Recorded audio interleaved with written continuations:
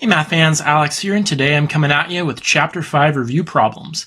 Let's go and get started with number 1, which says that there are 10 children in a given family. Assuming that a boy is as likely to be born as a girl, what is the probability of the family having, say, 5 boys and 5 girls, or from 3 to 7 boys?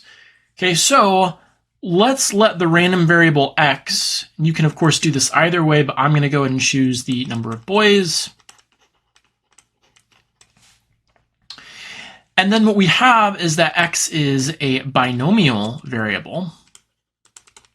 Why is it binomial? Because it's a bunch of Bernoulli trials that are all independently and identically distributed. Just because you had a boy, your first child was a boy, doesn't mean your second child is going to be any which way, at least in humans. So the number of Bernoulli trials is going to be 10, and the probability of success is 0.5. And because the probability of success is so high and the number of trials is so low, you cannot approximate this using Laplacian. All right? So part A, we want the probability that we have 5 boys. Because if we have 5 boys, we have to have 5 girls. So we want the probability that the number of successes is 5. And then that's just going to be 10 choose 5 times the probability p to the 5, and 1 minus p to the 10 minus 5. Okay? But then typing all of this in, you get that this is 0.2461. All right? And that's our answer. Now for part B, we want to determine probability of getting from 3 to 7 boys.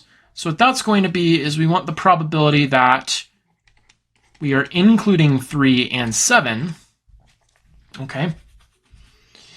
So to do this, one of two ways you could go about this.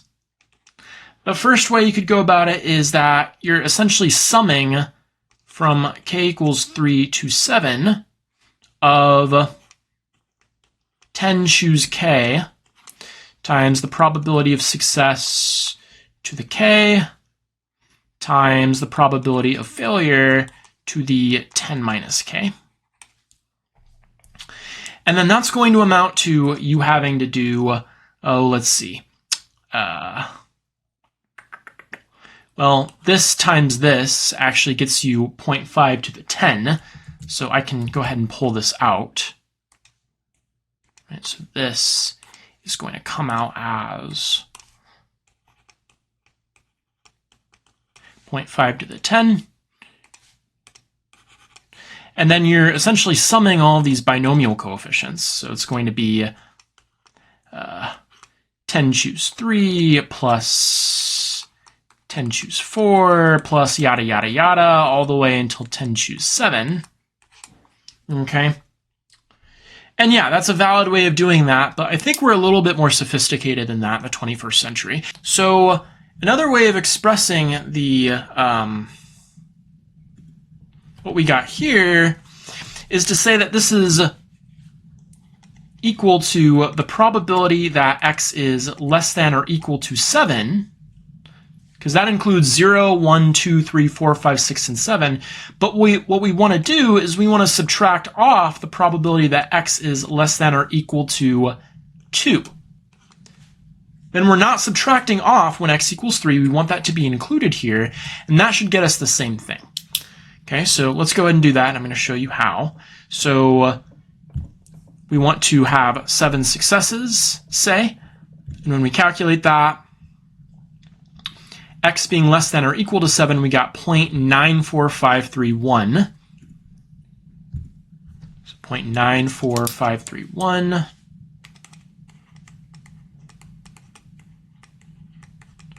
minus probability of x being less than or equal to 2.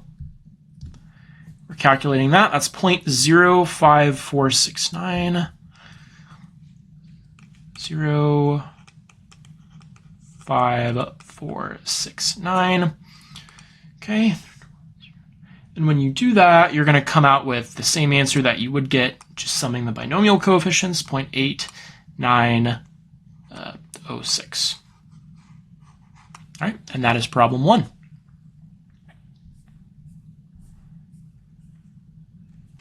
All right, so problem 2 says, suppose the probability of hitting a target with a single shot is 0.001.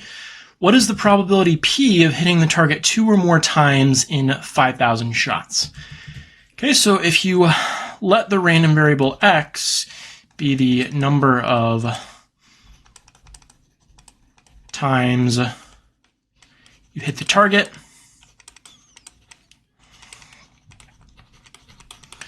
then x is going to have a binomial distribution.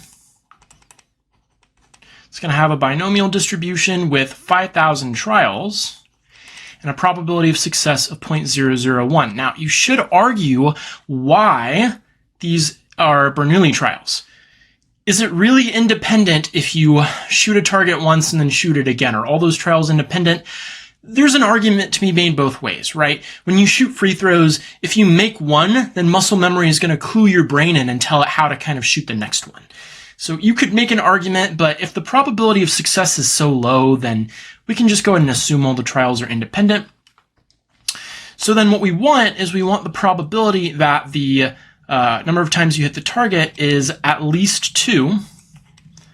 Okay, but that's going to be 1 minus the probability that you hit less than 2. And the only way that you can hit it less than 2 times, you can either hit it 0 times or 1 time. And you could plug both of those into the binomial PDF. It isn't too difficult, right? This is going to be n choose 0 times the probability of, 0, 0, 1. Probability of success to the, to the 0 times the probability of failure to the 5,000th power. Okay, plus, and this would be binomial coefficient 5,000, choose 1 times 0.001 to the 1 power times 0.999 to the 5,000 minus 1 power. So that's 4,999. Obviously, I don't expect you to do this in your calculator, but when you do it with StatTrak, you get about 0.9596. But let's just think a little bit practically for a second. If you were to do this by hand, this is kind of a lot to type in.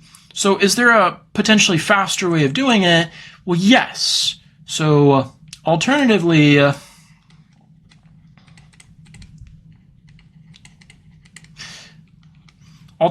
you could actually say that x has a Poisson distribution. Why can you say that? Well, number of trials is pretty big and the probability of success is pretty low.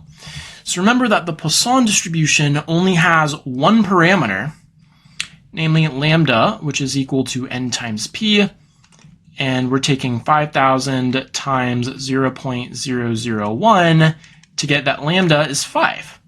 So it's Poisson with parameter 5. So we have the same kind of idea right here.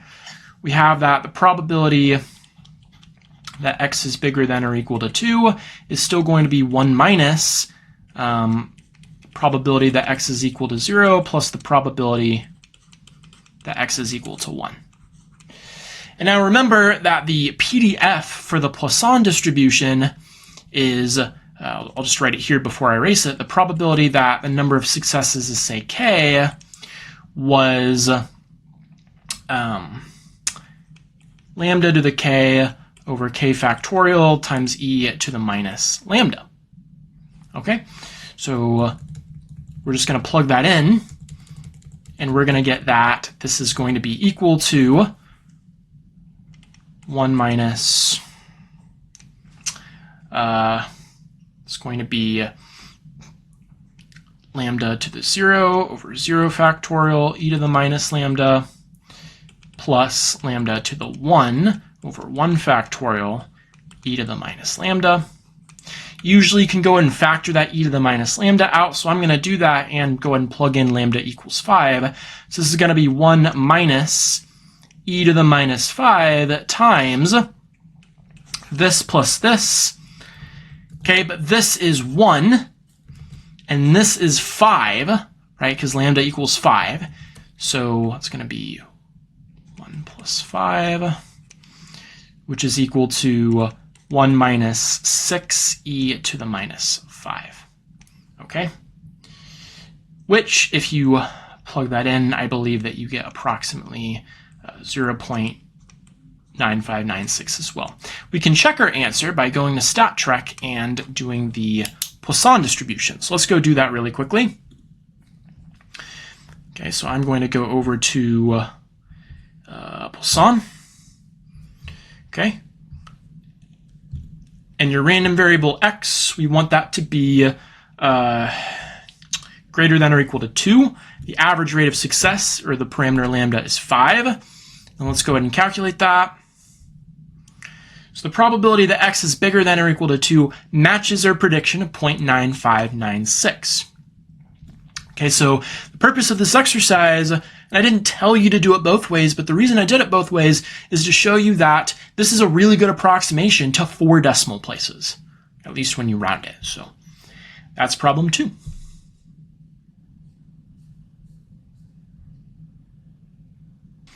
All right, so problem 4 is a little bit unforgiving. It's going to require you to solve something called a difference equation, but I'm going to try to give you as much background as I can instead of just presenting you with the solution. Okay, so it says, let little p be the probability of success in a series of Bernoulli trials, same old, same old. What is the probability capital P sub n of an even number of successes in n trials?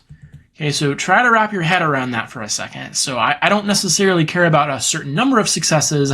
I just want the number of successes to be even. So if I have, say, I don't know, 1,000 trials, I want either, let's see, 0 is considered even, right? So 0 successes, 2 successes, 4 successes, and so on. But keep in mind that each of these is going to have a different probability of occurring. Okay, so you gotta kind of stand to reason that this problem isn't so trivial. So the way that we're gonna solve this is we're actually gonna do it inductively. So instead of capital P sub n, let's go ahead and consider capital P sub n minus 1. And that's going to be the probability of getting an even number of successes in n minus 1 trials. Okay, so if we form that, then it's not so bad to figure out what capital P sub n is going to be. So capital P sub n, how do we get an even number of successes? Well, we don't want this to happen.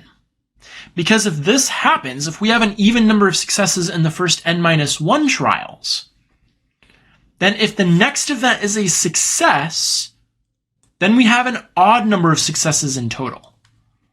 Okay? But if we have an even number of successes here, let me actually just write it out like this. So let's call this the first n minus 1 trials. Let's call this one more trial, so that in total we have n.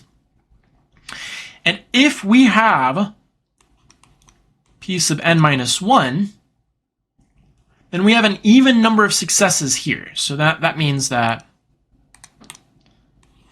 this means that we have even number of successes. And if we have an even number of successes, in order to have an even number of successes in n trials, this has to be a failure.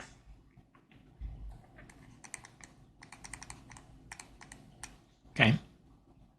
That's the only way for this to work. Alternatively, I'm going to draw the same picture. This is still the first n minus 1 trials, and this is still one trial. Alternatively, we could have 1 minus P sub n minus 1, which represents getting an odd number of successes. So this is the probability of getting an odd number of successes. And then we have to have one more success because an odd number plus 1 is even. So that means that this would have to be a success. So that would have to be a success, and this would have to be a failure. Okay, so what we have here is that this is going to be equal to, it's going to be equal to capital P n minus 1. Okay, but that is going to occur with probability 1 minus p. Because in order for this to happen, in order for these probabilities to be the same, the next event has to be a failure. That's why we're multiplying it times 1 minus p. Or it could be 1 minus capital P sub n minus 1. But only with probability p, because the next one has to be a success. Okay? So that's kind of the situation. And if we kind of combine everything together, what you're going to end up with is that capital P sub n is going to be equal to capital P sub n minus 1 times 1 minus 2p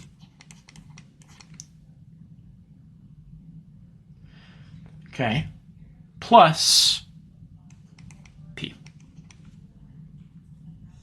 Okay, so in order to find capital P sub n, we're going to go ahead and consider the functional equation f of n is equal to, we'll say, a times f of n minus 1 plus b, where I've defined a to be 1 minus 2p and b just to equal p, just so that this is as general as it possibly could be. We've never seen a functional equation like this. This actually has a special name. This is called a difference equation. If you're familiar with differential equations, it's actually extremely similar. It's basically a differential equation that only has like integer values here. How are we going to solve that? Well, we need a bit of knowledge about differential equations. So the first thing that we're going to do, so to solve the equation, the first thing that we have to do is we have to actually solve the homogeneous version of the equation.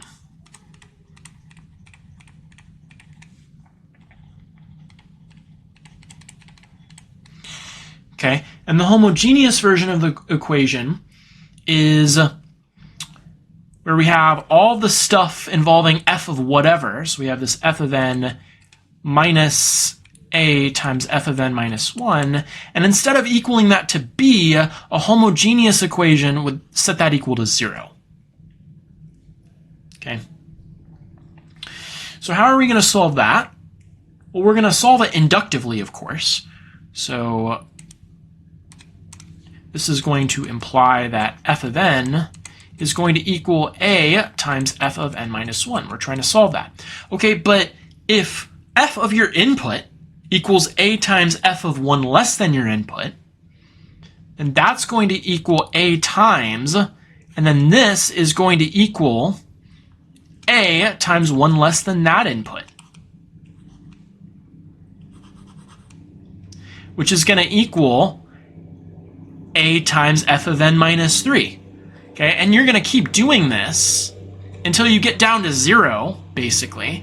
And this is going to finally equal, well, how many times are we doing this? Well, until we subtract n from n. So really, we're going to have, each time that we do this, we're picking up an a. Right? So we're doing that a total of n times. So this is going to be a to the n. And then finally, f of 0, when we can't apply this anymore. Okay, f of 0 is not really feasible to figure out, so I'm just going to label that as a constant, capital C, that we're going to determine. Okay. So we're going to go ahead and say that this is going to equal a to the n times c, where c being defined as f of 0. And we'll find c in due time, but that's basically the solution in general. It's going to be c, some arbitrary constant, times this, which remember was like 1 minus 2p all raised to the n. Okay, so that is the homogeneous solution, and if you wanted to verify that, all you would have to do is just plug that in. Okay, so in fact, if you do that, you should be able to come up with that. Okay, so now we have to solve the non-homogeneous equation. Okay. So next, solve the non-homogeneous equation, and then the general solution is going to be a linear combination of both solutions. Okay, so next we're going to solve the non-homogeneous equation, which is going to be, are you kidding me? I can't even put a dot there. All right. So it's going to be what? F of n minus a, f of n minus 1 is equal to b, where b is just some constant. After racking your brain for a little bit, let's just try. Let's just hear me out here. Since a and b are both constants, let's just assume that f of n is a constant. So in general, for differential equations, there's something called an Ansatz, which is a German word that doesn't really have too big of a translation, but it just basically means guess. Like we're going to guess what the solution is. And my guess is that in this case, f of n is just equal to some constant d.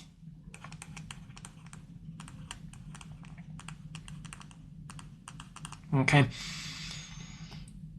And if that's true, that actually kind of works out for us, because what we'll have then is that just substitute in for our function, and let's see if we can come up with what this would be. Let's see if we can come up with exactly what the constant would need to be. Okay, so in this case we would have capital D, I'm just substituting here, minus a times what? Well, f of this is still capital D, because the equation f of x equals a constant, or f of n equals a constant, will always be capital D regardless of the input. And that's going to equal b, which implies that if I factor out the d, I have that equation, and then dividing both sides by 1 minus a, I get that capital D, the constant that I'm trying to figure out, is actually just b divided by 1 minus a. All right? But I'm going to go ahead and substitute in for a and b now. Okay, just to kind of figure out what this is, because it comes out to something pretty nice. Remember that b was 1 minus 2p, and a was just p, so we get, let's see, no, I'm sorry, I flipped those, didn't I? We get p divided by 1 minus 2p, which gets us a half. So we actually figured out exactly what the constant is. Okay, so we have that f of n is 1/2. So we have that it's equal to a to the n times some constant for the homogeneous equation. We have f of n equals 1/2 for the non-homogeneous equation. So that means that finally we have that the general solution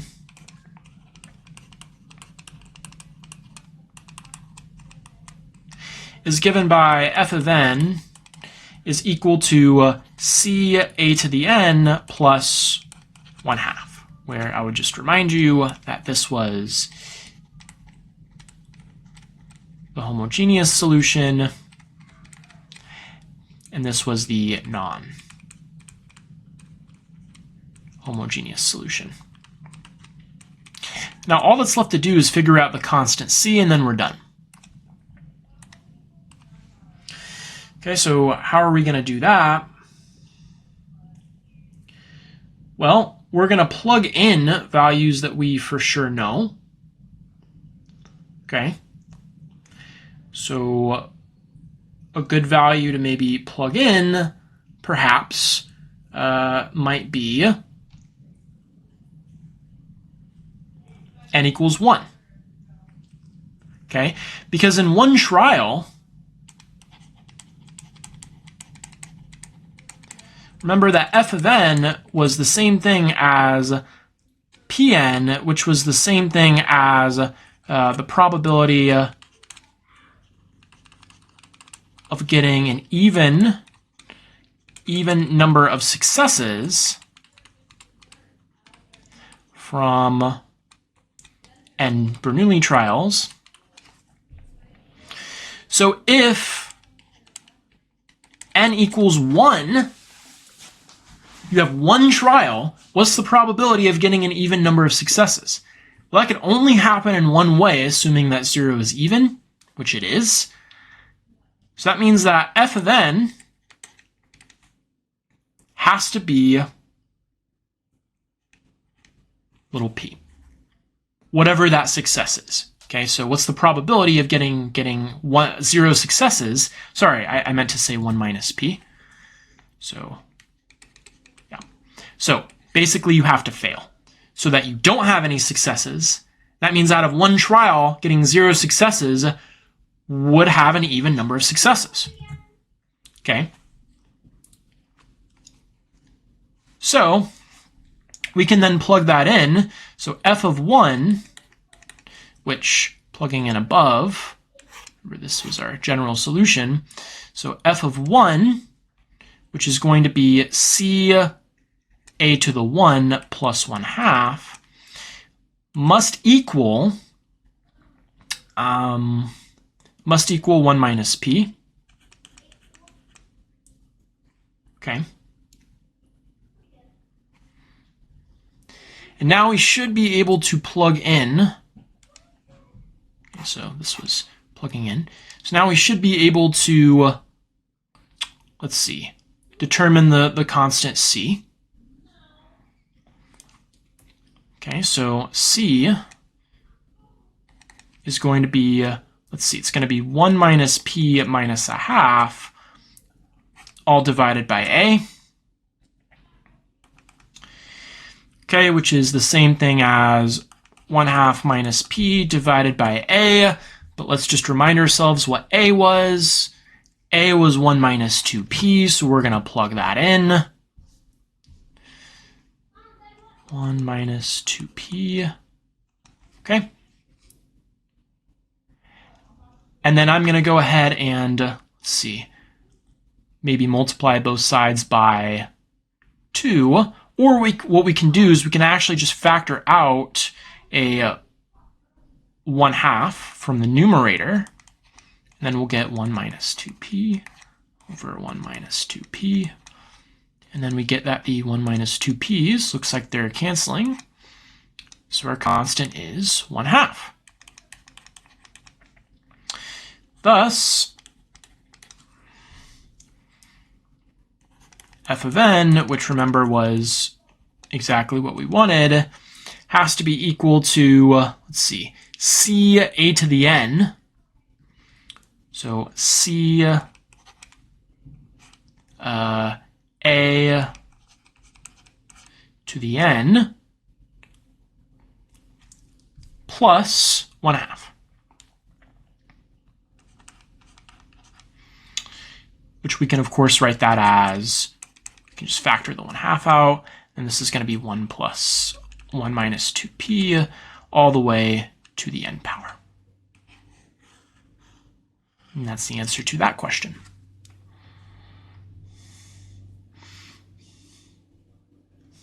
All right, so problem 11 says, suppose an event A is probability 0.4. How many trials must be performed to assert with probability 0.9 that the relative frequency of A differs from that 0.4 by no more than 0.1? Okay, so that was a lot of information right there, a lot of like randomness.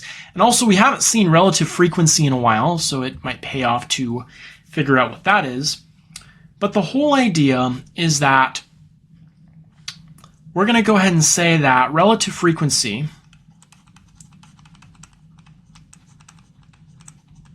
or experimental frequency is going to be k divided by n, where k is the number of successes and n is the number, this is divided by number of trials. And then remember when we proved the de Moivre-Laplace theorem, we said that k over n, one of the approximations was that this was asymptotic to the probability of success, but this only happened when n approached infinity. So in general, k over n absolutely does not equal p. However, it can be within a margin, and we can assure that the probability of it being in such a tight margin, we can assure that as long as your number of trials is big enough. So we just want to figure out how many trials we need for the relative frequency to be 0.4 plus or minus 0.1. So that's basically all that is. Okay, so remember that what we essentially want is we want to determine the number of values n, where the probability that Sn star is between A and B, we want that to be 0.9. And basically the idea is find n so that this occurs. All right? Okay, so A and B are actually going to be functions of n. We're going to kind of figure out what that is. It also might help that you might recall that the normal distribution, at least the standard normal distribution, which is what S sub n star is, kind of is going to look like this. So the probability that this occurs is going to be capital F of B minus capital F of A, where if you recall, capital F of X was the CDF of the normalized distribution function.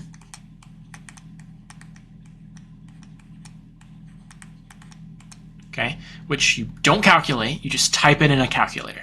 So I'll show you how to type it into StatTrak, but that's just kind of to get the ball rolling there.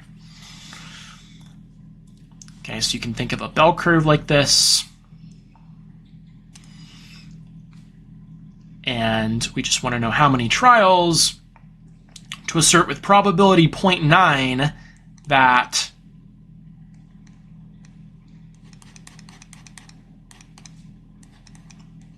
this condition is satisfied. So the area under that bell curve we're saying is 0.9. And what we want to figure out is we want to figure out these locations, which are going to be dependent on n.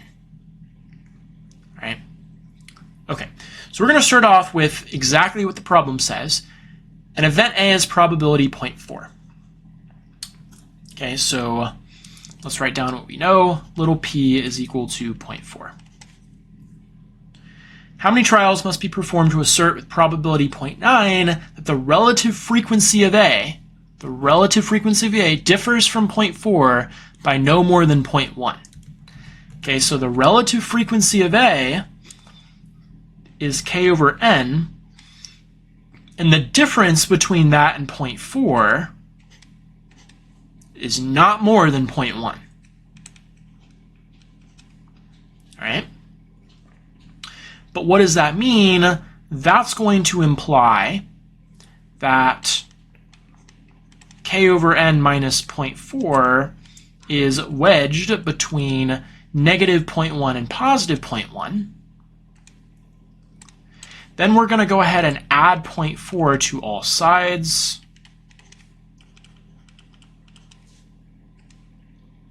Okay. And then we get that k over n has to be between 0.3 and 0.5. Well, remember that k is the number of successes, and remember that in general, Sn star, which remember is related to all of this, so we want to probably try to find Sn star, is basically going to be the number of successes k minus the expected value np, all divided by the square root of the variance, which is npq. All right. So what we're going to do first is we're going to multiply this entire inequality by n to get the number of successes by itself. Since n is positive, there's no flip-flopping of the inequalities. So we get that 0.3n is less than or equal to k, which is less than or equal to 0.5n. Now we want this to be converted to Sn star. So what do we have to do to this? What do we have to do to this to make it look like this? Well, the first thing we have to do is we have to subtract np. But remember, p was equal to 0.4. So I might as well just say that this is k minus 0.4n divided by the square root of n times 0.4 times q, which remember was 1 minus p. So first step, subtract 0.4n. Let's do that.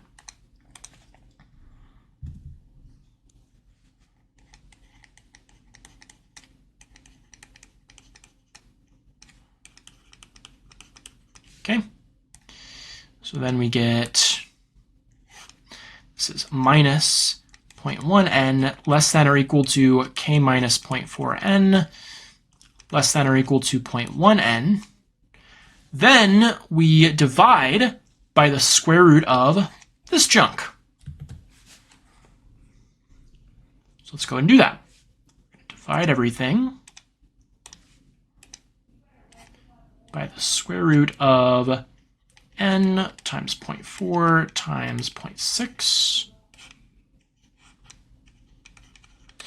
And then the thing in the middle is going to be our z. It's going to be our standard normal variable. And this is set up perfectly so that we can apply the CDF. Okay, so this is going to equal or imply minus 0.1n divided by the square root of n times 0.4 times 0.6 less than or equal to what we might call z, which is an element of Sn star. And z is between this and then the positive version.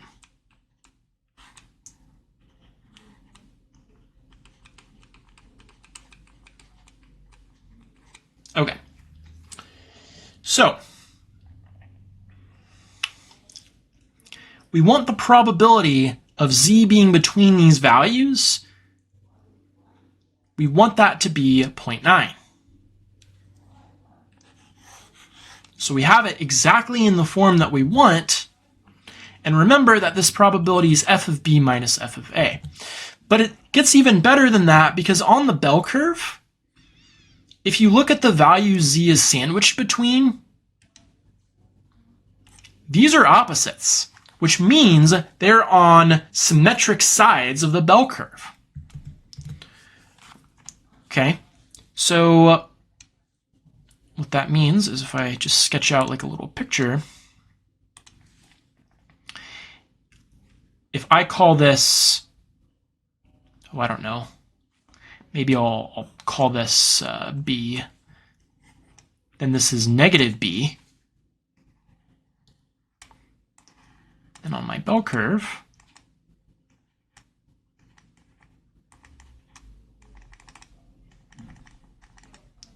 right?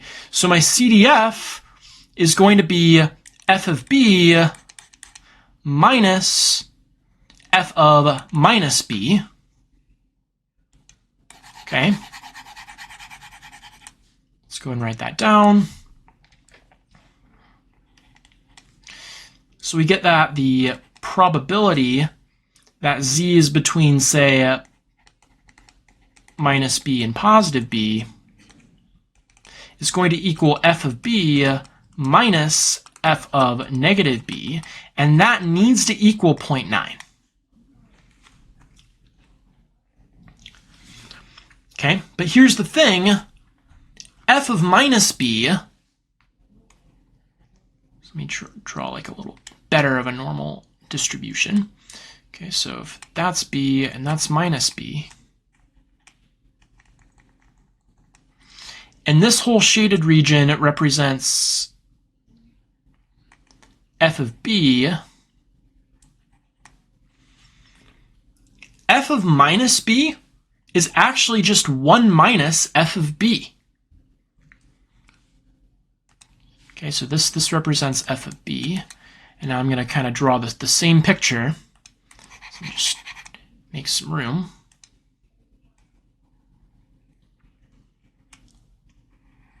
That was like the worst bell curve ever, but you get the idea. So this is f of minus B. Why is that 1 minus f of B? Well, f of minus B, since it's symmetric, is the same as actually shading this area, and this area is 1 minus this area, which is f of B. Okay, so thus we can conclude that this is the same as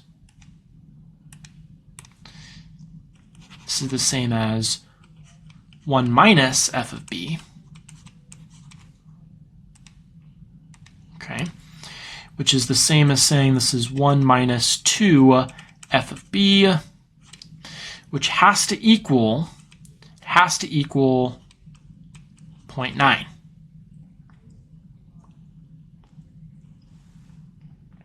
Okay, but you can pretty easily solve for your f of B, and you get that f of B is equal to 0.95. Okay. So, using the CDF, and I'm about to plug this into StatTrak and show you exactly what we're about to find, I want the cumulative area up to some point, which we're going to call B. I want all of this, all of that, to be 0.95. StatTrak is going to calculate exactly what B needs to be in order for that to happen. It's going to be a standard normal variable. We're going to figure out what that is. Let's go ahead and do that. So we're going to go over to let's see, normal. And then it's a z, sometimes it's called a z-score, but remember that the value of z that we have, we want the CDF all the way up to that value to be 0.95, and it's going to tell us exactly what that value, which we've called B, is. The mean is 0, standard deviation is 1 for standard normal, and we get that it has to be 1.64485. 1.64485.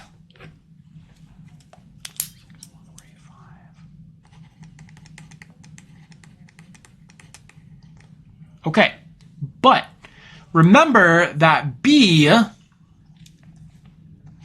was equal to all of this which is in terms of n.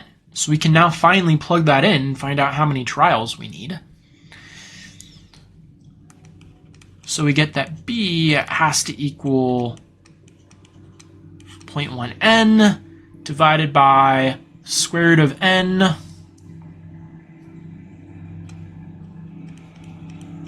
times 0.4 times 0.6. Okay, but remember b was equal to this 1.64485. All right. Okay, so you can solve that. Just multiply both sides by the radical, square everything, and solve for n. And what you get is that if you force n is going to be a decimal, but when you force it to round up, you're going to get that n is going to be 66. So again, let me just kind of summarize this problem because a lot of stuff was happening. An event A has probability 0.4. In the long run, if n is infinite trials like in the universe, A has probability 0.4. That's a theoretical probability. The experimental probability can differ, but if I want it to differ less, I have to have more trials. So if I want it to only differ by 0.1, which is about 25%, if I want it to be within 25%, then I have to run about 66 trials, which is pretty reasonable because 25% is still a pretty wide gap. Okay, so that was problem 11, and just remember for the future problems that relative frequency is k divided by n.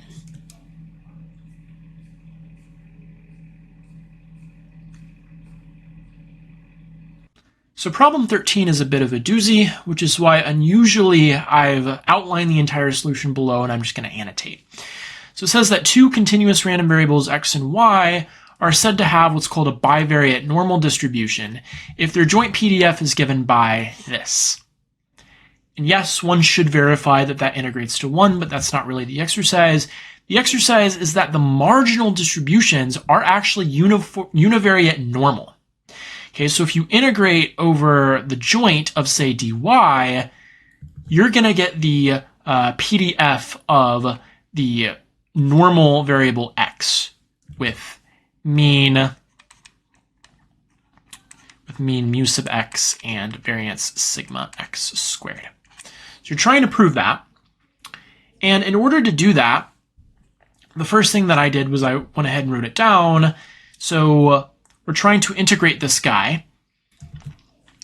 And you'll notice that since we're integrating with respect to y, we're integrating this with respect to y, we can pull out everything that is just an x.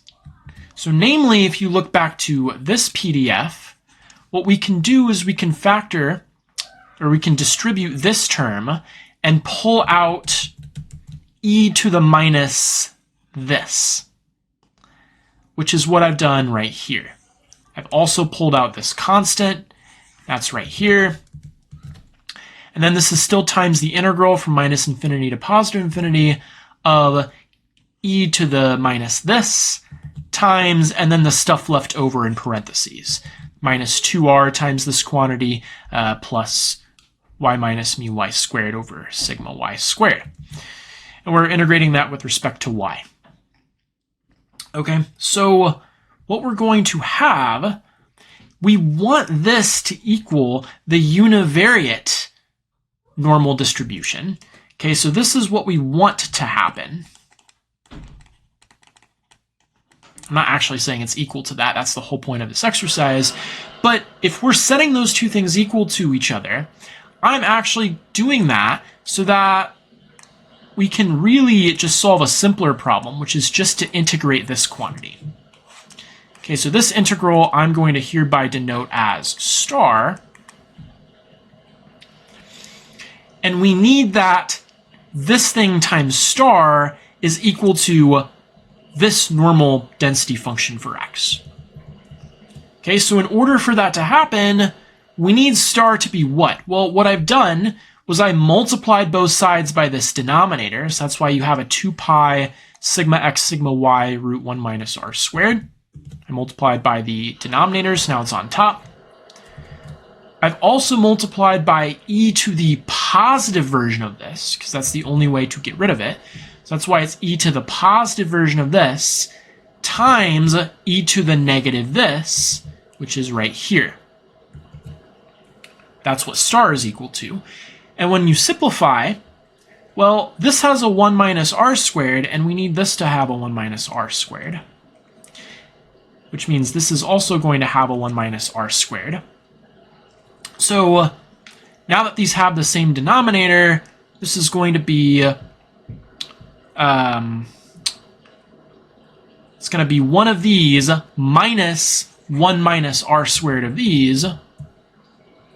So combining all of that together, we're going to have a 1 minus r squared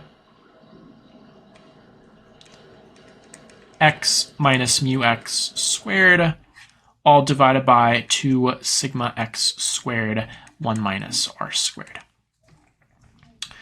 which you can see is present right here.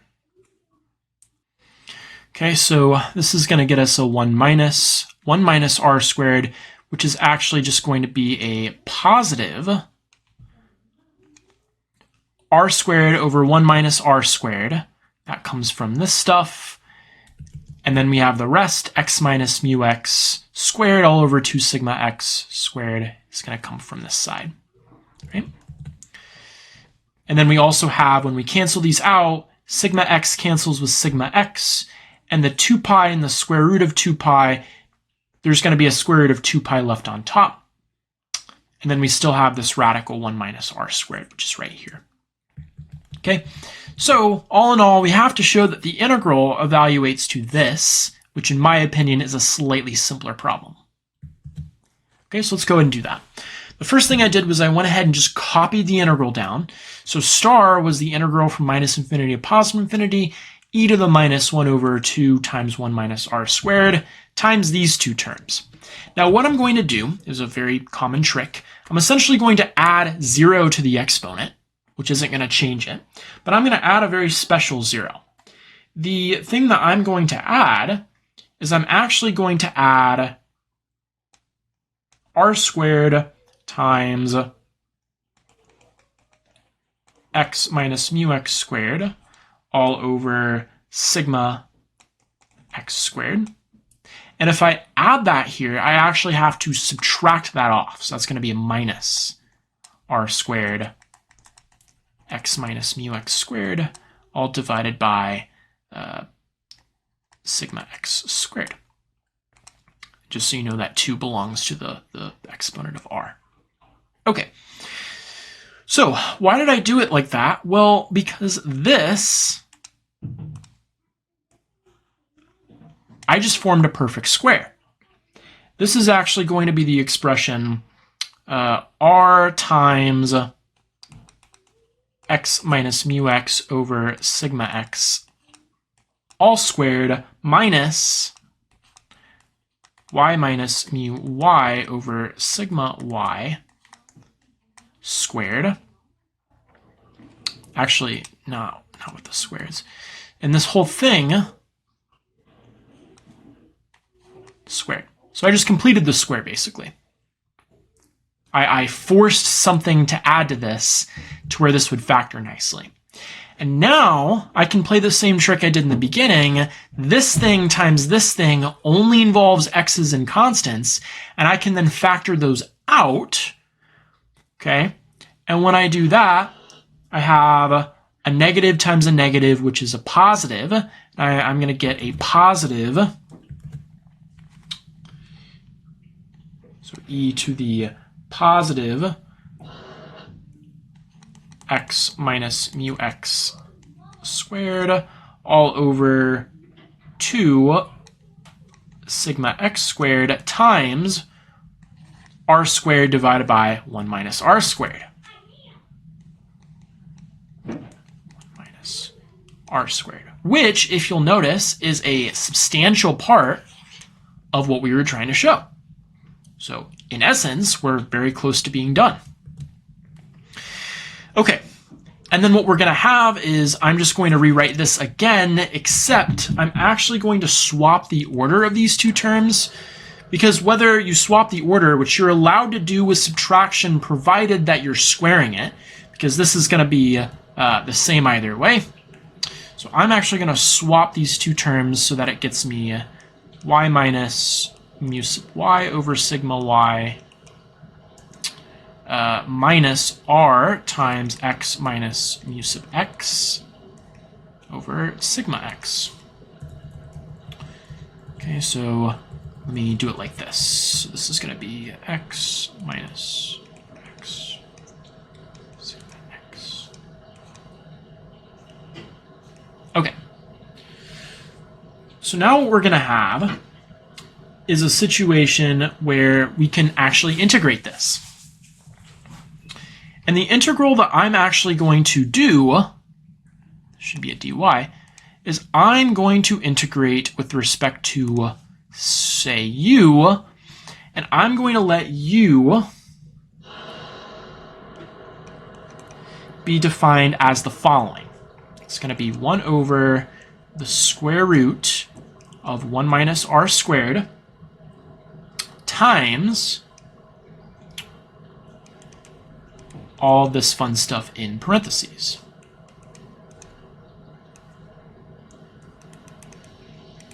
Okay, the reason that I'm doing that is so I can simplify the distribution greatly. So I have something of the form e to the minus u squared over 2. I'm trying to integrate that, and that's almost a normalized standard normal distribution. Okay, so if we let u equal that, the nice thing about this is that du is what? Well, the only thing, because we're taking the differential with respect to y, right? We're trying to go from y to u. So the only thing that has a y is this term, which means this term goes away. And then we'll have this y divided by sigma y, and the derivative of that is just 1 over this constant. Okay?